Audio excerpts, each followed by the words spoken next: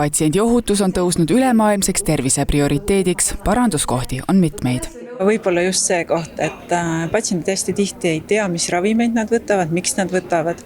Ma arvan, nendel on räägitud, aga kui sa oled ikkagi mures oma haiguse pärast, siis su kuulmine on teistsugune, sa võib-olla ei mõista seda kõike ja pärast on päris keeruline seda infot leida. Kõige suurem paranduskoht on ikkagi dokumenteerimine. See dokumenteerimise kvaliteet ei kannata üldse kriitikat. See on väga halb nii perearstide seas kui haiglaarstide seas kui igasuguste muude spetsialistide seas. A, kas see jõuab sinna digilukku liiga hilja, B, see on liiga üldsõnaline, seal on liiga vähe informatsiooni, seal on ebaolulist informatsiooni, et see on see, mis meie jaoks on probleem. Perearstikeskustes on kõige sagedasemad ohujuhtumid seotud ravimitega. Näiteks patsient tellib ravimi, mida on vaja pikendada. Pereõde valmistab retsepti ette ning perearst kinnitab selle ära. Siin on mitmeid kohti, kus võib tekkida vigu.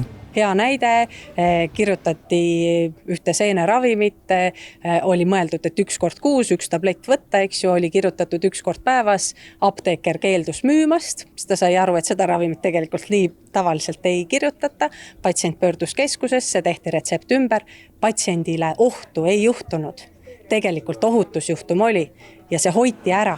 Kui me räägime patsiendi ohutusest, siis räägime õigetest ja õigeaegsetest terviseotsustest, samamoodi diagnoosidest, ravist, sujuvast raviteekonnast ja vajalikust rehabilitatsioonist. Hästi paljud osapooled räägivad väga palju enda keskis, ehk siis arstid räägivad arstidega, patsiendid räägivad patsientidega, rehabilitatsioonitiimid räägivad oma keskis, mida arstid ja patsiendid võiks teha või ei tee või peaksid tegema, aga sellist koostööd, süsteemset koostööd ja osapoolte ärakuulamist on vähevõitu. Täna said kõik osapooled enda kogemusi jagada ning teised kuulasid. Tänane konverents ongi väga hea näide, et meil tegelikult on vaja rohkem koostööd patsientidega, koostööd arstidega, perearstidega, et me üksteist kõik rohkem mõistaksime, et seeläbi siis koostöös seda süsteemi paremaks teeksime.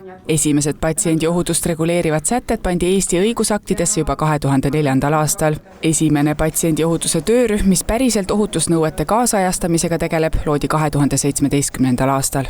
Me räägime tihtipeale meditsiinisüsteemist, arstidest ja spetsialistidest, kuid alguse saab siiski kõik patsiendist endast.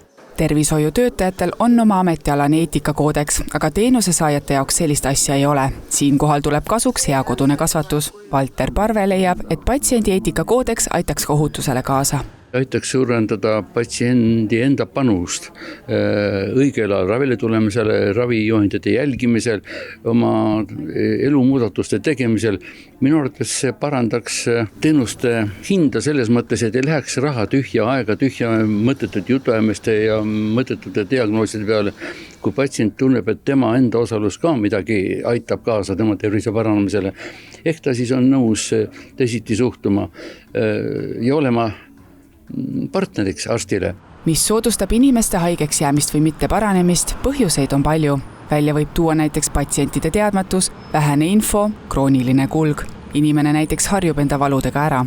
Probleemiks võivad olla ka ravimite kõrvalmõjud, nende kättesaadavus. Siinkohal mängivad suurt rolli ka sotsiaalmajanduslikud tegurid, sest arsti külastus ja ravimite ostmine võib tihtipeale olla liiga kulukas. Hästi tihti on hea öelda, et riik ei tee seda või riik teeb seda või ma ootan riigilt seda ja tegelikult tuleb võtta ja hakata ise tegema.